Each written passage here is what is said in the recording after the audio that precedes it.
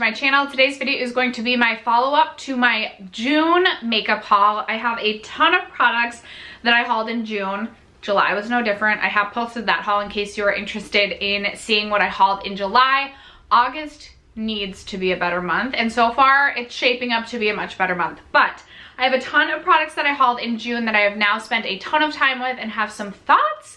So if you guys are interested in hearing my thoughts and opinions on everything that I hauled in July, then stay tuned. First, if you haven't already subscribed to my channel, I hope you'll consider subscribing before you leave today. I do post a minimum of 4 times a week, so if you have fun today and you want to hang out all the time, then don't forget to subscribe before moving on. Other than that, let's just jump into the follow-up haul. It is storming outside, so if you hear thunder and lightning, or if you hear thunder and lightning, if you hear thunder and see lightning, that is what is currently going on. Other than that, I don't feel like I have any like stuff to go over at the beginning of the video. I feel like I'm always like, oh, my self-tan, my makeup, I don't have any of that today, so let's just jump into my follow-up haul. All right, so I'm gonna start with 2 sponges that I hauled, and please do not make fun of me for how dirty these are. I used both of, well, I didn't use one of them today, but let's be real, I'm really bad at washing my things on a consistent and regular basis. This is just who I am. I feel like I haven't completely finished my laundry in 5 months either. Okay, so first up we have, I'm gonna try and show the clean side. First up, we have my Sonia Kashuk sponge. I don't really care for this. First of all, I got it damp so that I could show you guys how big it is. Like, it is a huge sponge, and it also is like, not like it's not like as hard as like, I haven't tried an e.l.f. sponge in years, but do you guys remember when e.l.f. first came out with their sponges, and it was like you were literally like, it was almost like you were like hitting your face with a punching bag. They were that firm. This is like firm, not that firm, but like also not soft, and it's just so big that it's like, I don't know, I just don't care for this really at all. And then the other sponge that I picked up, this one's the really embarrassing one. Okay, this is powder all over it, you guys, because I have come to learn that I don't love to use this with foundation. This is the Juno & Co. microfiber sponge, and I've only tried this one time with foundation, and because it's a microfiber sponge, it literally looks like you sponge painted on your face. Like, have you guys ever sponge painted, or like, you know, like when you have like a canvas and some paint and a sponge and you just, it's what it looked like when I use this to do foundation. So it doesn't work for me to apply or to blend out my foundation, but I do really like this to apply powder, so I will just use this to apply powder. I actually would purchase this over, I've been using the Real Techniques powder sponge to apply powders. I really do like using a sponge to apply powders. I feel like it blends in more seamlessly and doesn't look quite as powdery or as cakey. And I actually have preferred this over the Real Techniques one, so in the future I would purchase the Juno & Co. over the Real Techniques. So if you are looking for a good powder sponge, I would recommend this guy. All right, guys, next up I have one hair product. I did purchase the Briogeo Be Gentle, Be Kind Super Hydrating Mask when this first released, and I have been enjoying this. As you can see, I've used quite a significant amount of this. This does have like a very fruity, very heavy fragrance to it, so I feel like not everyone is gonna love this scent. For me, I actually do really enjoy this, and I felt like this is a scent that like my hair clung onto like the next day. You know how sometimes like you wash your hair and it doesn't necessarily still smell like your shampoo or conditioner like a little bit later? This, I felt like my hair actually kind of clung to the scent, which I really appreciate, because I feel like I've talked about this on my channel before, but nobody likes that like burnt hair smell, you know, like when you use heat styling products and your hair smells like burnt hair. So I have really been enjoying this. I think if you have, so I have pretty thick hair and pretty damaged hair. It's always dry. Like even when I use deep conditioning masks, it's still dry. Even when I get my hair cut, like a fresh cut, it's still dry. So I have very dry hair. I feel like if you had like thin fine hair, this would be a little bit too much for you, and I feel like you would feel like this weighs your hair down and is too heavy. So I don't think that this is going to be for everyone. I think if you have more thin or fine hair, I would recommend the Don't Despair or Repair Original over this guy, but this is one that I would consider repurchasing in the future. You guys know I love my Biolage Hydrosaurus deep conditioning mask, but I could see myself kind of going between the two of them.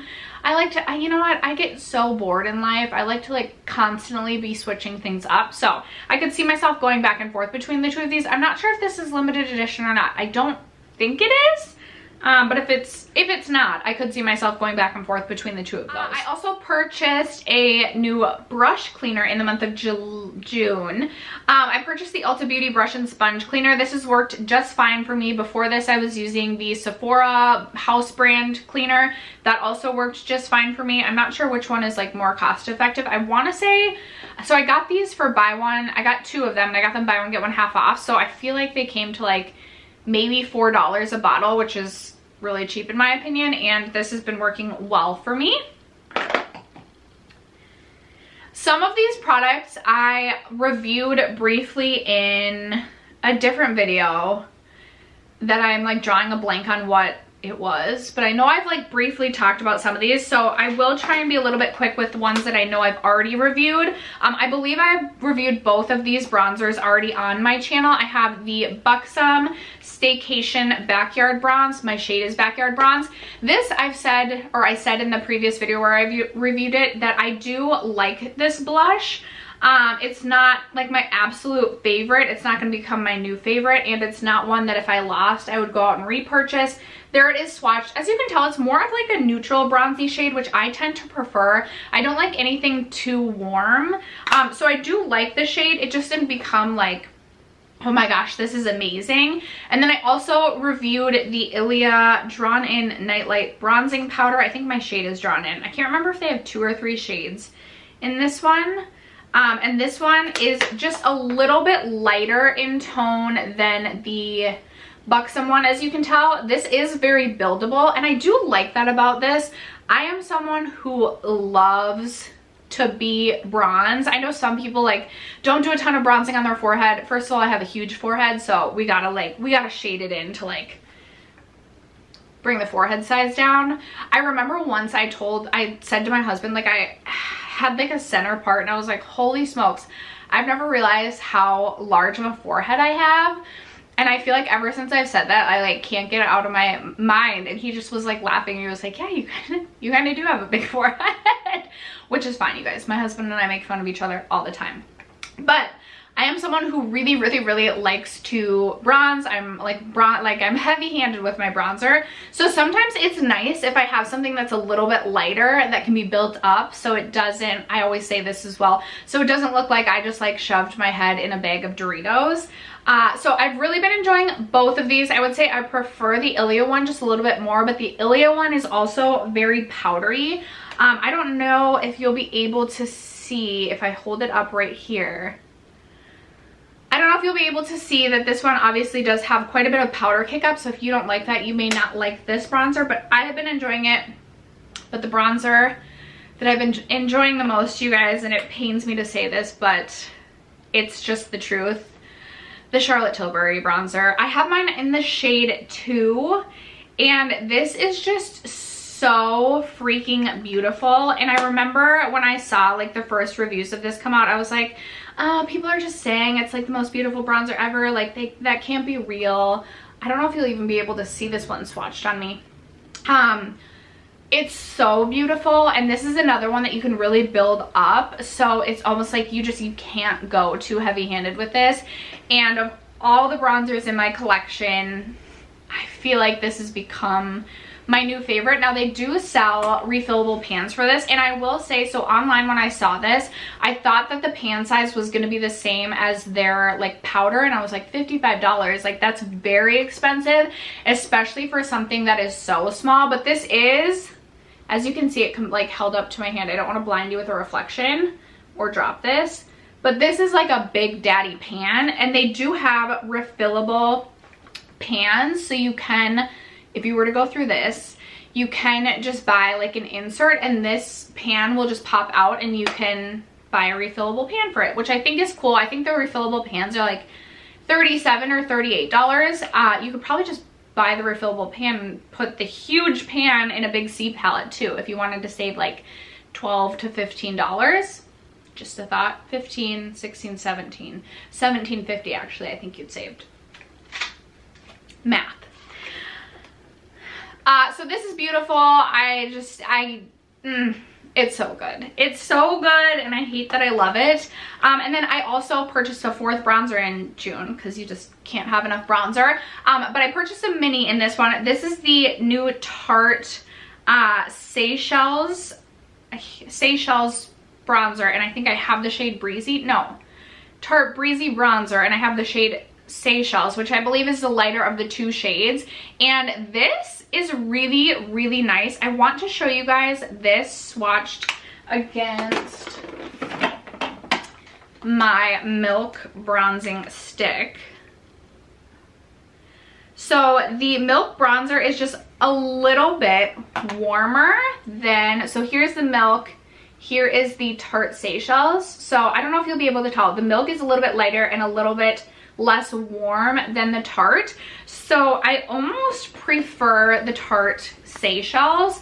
And the way that I've really been enjoying applying this is I will just put some of this onto like my middle finger, and then I will stamp it on to my cheeks, which is kind of nice because then I can feel with my finger like where my cheekbone is and get like right where my cheekbone is, and then I'll blend it out either with one of my e.l.f. brushes that I've been loving. It's like the airbrush blender, or with a beauty blender, and I have loved the way that that has looked.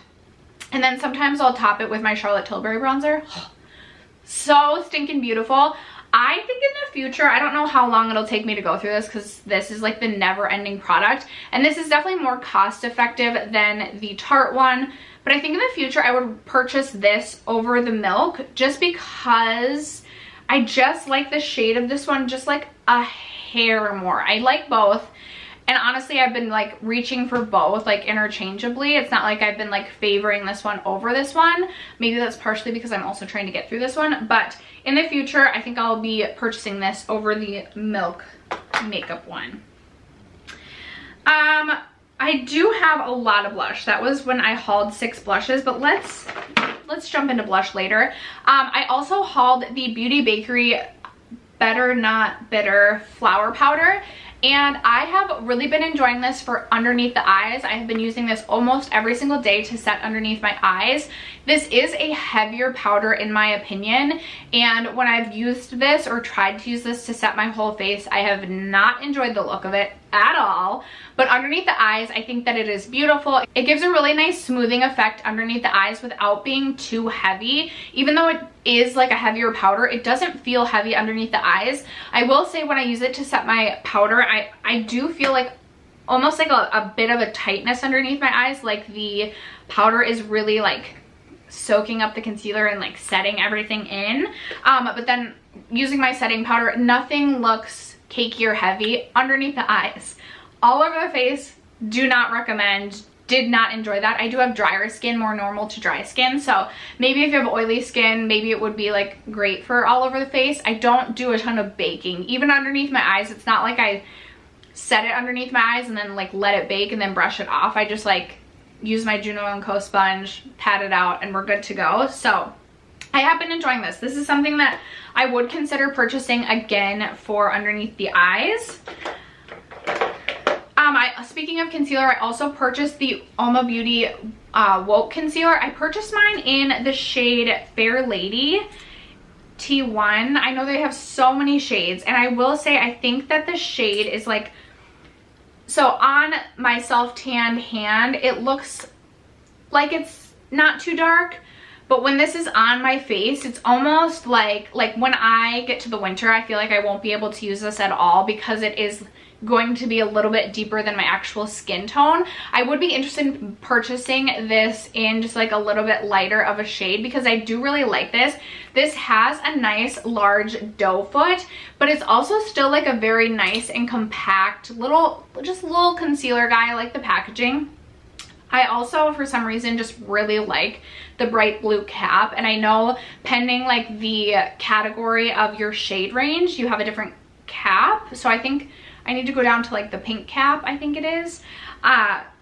Totally beside the point of the actual functionality of the concealer. This is really nice and full coverage underneath the eyes, but I do find that it is still hydrating, and I really like the effect that it gives. I feel like it is everything that I wanted Tarte Shape Tape to be, but this doesn't look super dry and just like plastered underneath my eyes. So aside from the shade, I've really been enjoying this. I know I'm very interested in trying their foundation as well. June was when I hauled my first Kosas lip oil. I have droned on about these and droned on about these. I picked up 2 more shades. I absolutely love these. I also did a full face of Kosas, so I will link that for you guys. I love these. Not the most long lasting. Lip oils never really are, but they are so comfortable. They are not sticky. They feel very hydrating on the lips. And I freaking love these. Can't recommend these enough. I have a couple of skincare products actually that I picked up. So I picked up the Tower 28 Daily Rescue Facial Spray, and I have gone on to pick up another mini of this. I actually went into Sephora and they only had the mini, so I picked up another mini. I would definitely purchase a full-size bottle. My packages, like all of my mail in general, has taken so long to get to me, and I totally understand why, but I preferred to like just go in store and buy things instead, because I just am the most impatient person ever. But if my Sephora got the full-size bottle, I would definitely purchase this in a full size. This has come in handy so much, especially with the whole mask situation. I've noticed I've had a lot more acne just around like my chin and stuff than I normally do. I know sometimes if I eat too much dairy, I definitely get a lot more acne around my chin too, but I haven't increased my dairy intake, and I just think it has to do with the mask. So I sprayed this on my face morning and night, and this has made a significant difference in just having less breakouts. So I highly recommend this. This is like the perfect year to discover this product. I also picked up the Ordinary Argireline solution. This is supposed to be like Botox in a bottle, and I'll be honest with you guys, I have not really noticed any difference while using this, but I have not been the most consistent. I would say the most I've used this like days in a row is probably like 5 or 6. It's supposed to like smooth out your fine lines. It's essentially, it's supposed to like plump the skin for a brief amount of time to essentially create the illusion that you have less fine lines and wrinkles. It's not something that's going to be like a permanent solution, like it's actually going to erase lines. It's just going to temporarily make it look like you have less lines and wrinkles. I feel like I've really noticed no difference with this personally, so it's not something that I would probably purchase when I finish this. I'll continue to use it, but I haven't really noticed a difference. June is also when I purchased the Pat McGrath Skin Fetish Sublime Perfection Foundation. I have my ranking my entire foundations that I've tried this year video coming either before or after this. I'm filming that one later today. I'm not sure which one's going to go up before or after, but if that one is already up, I will link that in this one. I do really like this. I won't say it has become my absolute favorite foundation. It definitely is a little bit more like, it's sheerer than I had originally anticipated. That's not to say it's a sheer foundation. I would say it's probably right like in the middle between like light medium. I definitely would not say that this is full coverage. I wouldn't even try to build this up to a full coverage, but this is really nice if you like a more medium coverage natural finish foundation, which is typically what I prefer. I just don't know that I could justify I don't know that I could justify paying $68 for this again. It's nice. It's just $68 is so expensive. And for me, I love my Dior Forever foundations, which are like $54, $52, $54. And I like them a little bit more than this. I like the Dior Glow as well as just the regular Dior Forever just a little bit more than this. So $68 is so expensive. I don't know that I would recommend this. I think there are other foundations on the market that are just as good, so I don't know that I would pay the $68 for that. I also decided to pick up the, I don't know how to say this name at all. Innisfree, I-N-N-I-S free. I'm sure my camera won't focus on this. You guys, if I'm not too lazy today, I will try and like insert clips with swatches. Will you guys leave me a comment down below and let me know if you like the inserted swatches and like inserted clips with the close-ups of products? Like, is it just taking extra time for something that like you guys don't really care about, or do you actually like seeing that? I would love to know. But I picked up their Dewy Glow Mist. This is $18. This is fine, and this has a really nice fine mist, which I appreciate. It definitely has a cherry blossom scent to it, but it's a light scent, and it's definitely something that like dissipates very quickly. So if you are sensitive to scents, I don't think that this is gonna bother you. When I first tried this, I didn't really notice that it gave much of a dewy effect, but the more that I've used this, the more that I have noticed that. I think if you want that dewy effect, I definitely recommend shaking it up first, which is something I should have done in the beginning. And I will say, I definitely have to spray more of this to get that dewy glow than I do like my Glow Recipe Watermelon Mist. However, this is only $18 for 4 ounces, and I think it's $28 for... How many do you get in the Watermelon Glow Mist? $28 for 2.5 in the Glow Mist. Oh, I got really dark. So this is definitely more cost effective. I do love the Glow Recipe Watermelon Mist. I do love that one, but that one also goes bad really quickly. Like 6 months. Mine right now, I have a Watermelon Glow Mist. You guys, I cannot speak today. I have a Watermelon Glow Mist right now that like is not really even pink anymore. So I think in the future I actually would purchase this over the Glow Recipe one, just because one, I have been known to go a little bit too heavy with the Glow Recipe one, and two, this is so much more cost effective, and I feel like this does have a longer shelf life than the Glow Recipe one as well. So if you're looking for a nice light glow mist, this is not going to give you like Tatcha style glow, but if you like just a light fresh glow, I would definitely recommend checking this out. I did pick up the Urban Decay eyeshadow primer in Eden. This has like a very light pigment to it, so I have really red eyelids, so this does kind of give me that concealed effect, and I've really been enjoying this. I have noticed a huge difference in how long my eyeshadow stays on or just like looks good throughout the day since using this. Thank you to you guys, I actually can't speak today. Thank you to Robert Welsh. I am so happy that I found his videos and just started watching him and taking tips and tricks from him, because he says, or he recommends, always an eyeshadow primer over concealer, because concealer breaks down on your eyelids throughout the day. So I've noticed a huge difference since starting to use an actual eyeshadow primer. In the past, I've been like, no, that's not something I want to spend my money on, but these also do, I've heard, last a very, very long amount of time. So I've been really impressed with this and really happy with this from Urban Decay. I know that's not a new product at all. That's been around for a long time, been recommended for a lot of years by other YouTubers, but I'm personally very happy I finally decided to try those out.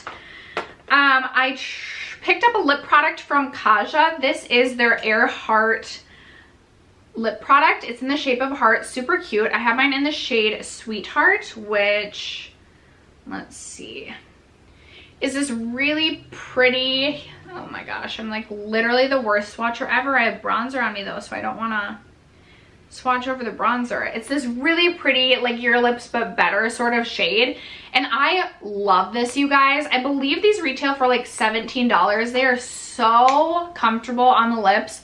However, not the most long lasting, but this doesn't like transfer all over your face. It's almost like a lip conditioner. Like, it just feels so comfortable on the lips. I wouldn't even necessarily consider this like a lipstick.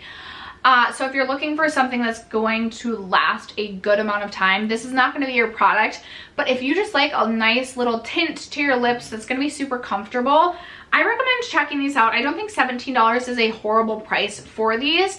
I love the shade that I got personally for me. Again, it's like a Your Lips But Better sort of shade, and I would definitely be interested in seeing what other shades that they have available, because I have been enjoying this. We'll get into the blushes now, because we'll talk about a product from Kaja that like I wouldn't necessarily recommend. I picked up their Cutie Bento Blush Duo. Now this is very teeny tiny, you guys. If you have seen their Beauty Bento eyeshadow trios, this is the same size.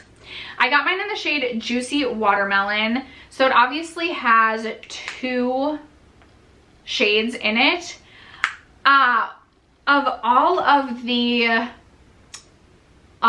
cream eyeshadow, not cream eyeshadows, of all of the cream blushes that I've tried, this one is like the thickest or like the tackiest. I don't know.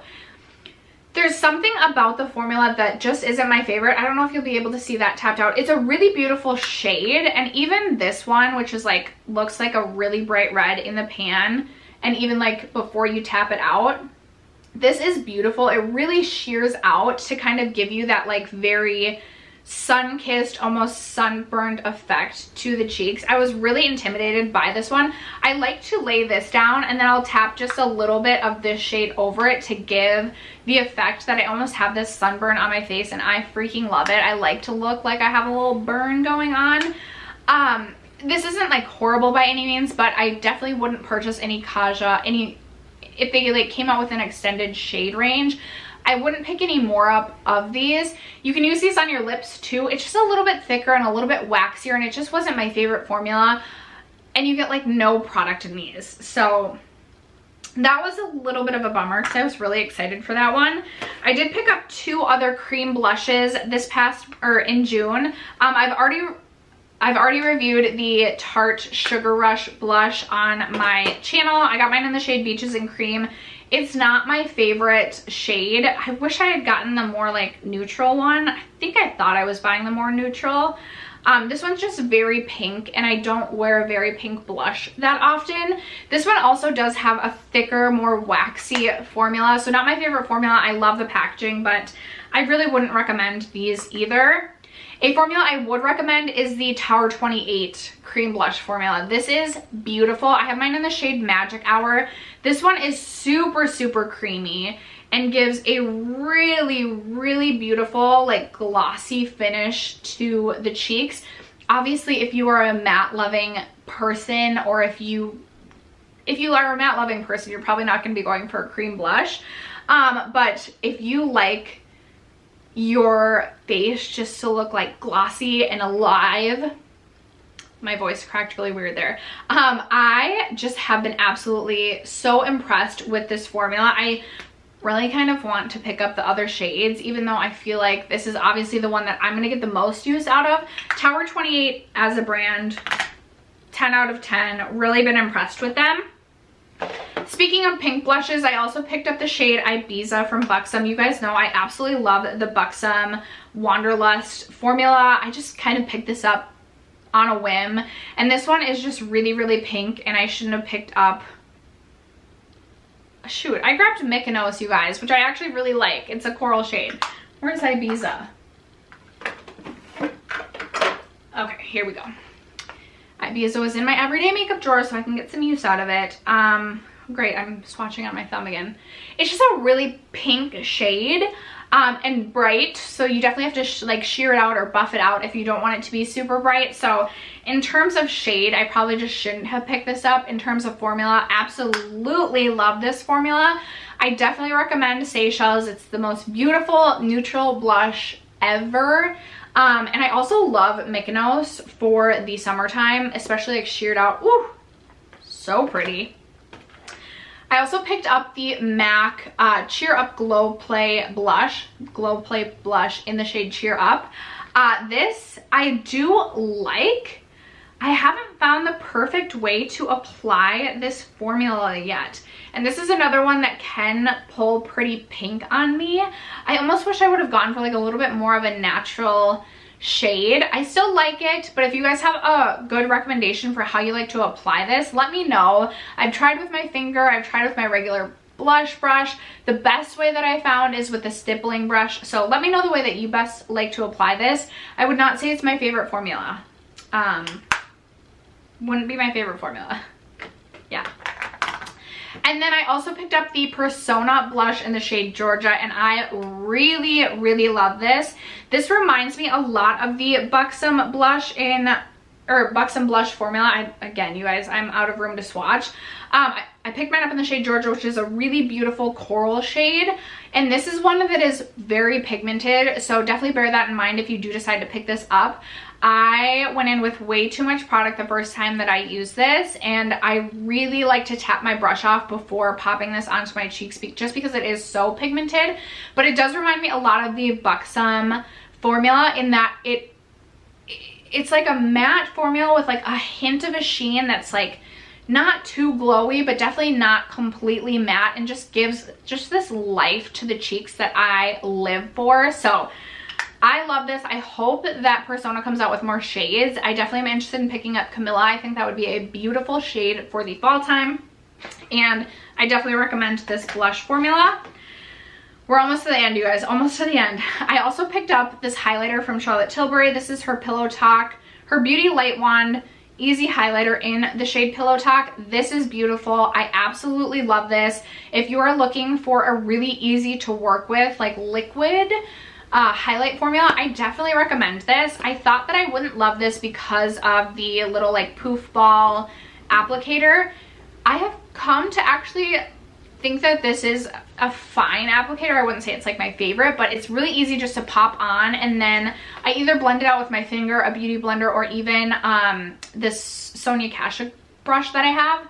It's so easy to blend out, and this is definitely a more buildable formula, so you can sheer it out to be a more natural looking highlight. I don't actually have it on my cheeks today, but I feel like I have a more natural highlight on my cheeks today. Maybe I'm wrong. You can definitely do a more natural wash of a highlight, or you can build this up to be pretty intense, especially if you obviously layer it with a powder. This layers nicely as well, but I really like this. A product that I don't really love that I picked up in June is unfortunately the Urban Decay Naked Ultraviolet palette. This, what I will say is if you like a more buildable, not necessarily buildable, but like a less pigmented eyeshadow formula, you might actually like this. I was really looking forward to the like more neutral side. I was obviously looking forward to the purples as well, but the more neutral side, just like, I mean, it took forever to build, to create a look, and I was really unimpressed with these shimmers. The only shimmers that I think are decent in this palette are these three shimmers right here. The neutral side of the palette was just a complete bust for me. Even the shade Lucid, I was excited for the lid. Wasn't that great. Popped it on the inner corner, still not that great. Again, if you are looking for a less pigmented eyeshadow formula, you might actually really like this, but this just didn't do it for me, unfortunately. And then to finish off, I did pick up my singles from JD Glow. This has a ton of eyeshadow in it right now, but I tried JD Glow Single Shadows for the first time in June, and I'm obsessed, you guys. I've talked about them at length, but here, I'll swatch them for you in case you have not seen me swatch these yet. So I have 3 shades from them. Let's see. All right, so first we have the shade Peachy Keen, which is this really beautiful, so all 3 that I have like a really beautiful reflect to them. So this one has this like green / pink flip, and again, pending like what eyeshadows you pair it with, it really can dictate like which flip it kind of pulls. Like I have paired this with warmer shadows and it really pulls pink, and then I paired it with I did do it with like a hot pink eyeshadow and it really pulled green and kind of gave this like watermelon effect to the lids, which was cool. Also the shade Good God is probably my absolute standout favorite. It's just absolutely stunning. It's this like blue, purple, silver flip, and just, oh, it just adds just something to every eye look. And then finally I have this one in the shade Bora Bora, which is this really beautiful blue green shade, and it looks so blue when swatched as well as in the pan, but I've worn this on my eyes and it pulled almost like just green. Like you couldn't even tell that there was really a blue flip to it. So I just think that they make a really, really unique shadow, and I've been super impressed with them. I'm definitely interested in picking up more. I know they just recently restocked a bunch of their shadows, so definitely head over to their website in case you have been like eyeing anything. I know that a couple of their shades are still or have already sold out, but they just have such a unique and incredible formula. I've been so impressed and so happy to have found them. I always like to thank my friend Alex for introducing me to the brand. If you guys have not checked out Alex's channel, I'll have her linked below. She is so incredible when it comes to eyeshadow and has tried so many different eyeshadow formulas. I always like count on her recommendations for eyeshadow, so she'll be linked down below for you guys as well. But whew, that is gonna wrap it up for today's video. My follow-up haul for everything that I picked up in June. I feel like July's haul follow-up is gonna be even longer. But leave me a comment down below. Let me know if you've tried any of these products. Do you love them? Do you hate them? What products have you picked up recently? What do you love? What do you hate? I would love to hear from you guys. Thank you so much if you've made it to the end of this video. I really appreciate all of the love and support that you guys always give to me. I hope you're having an absolutely amazing day, and I will catch you in my next video. Bye.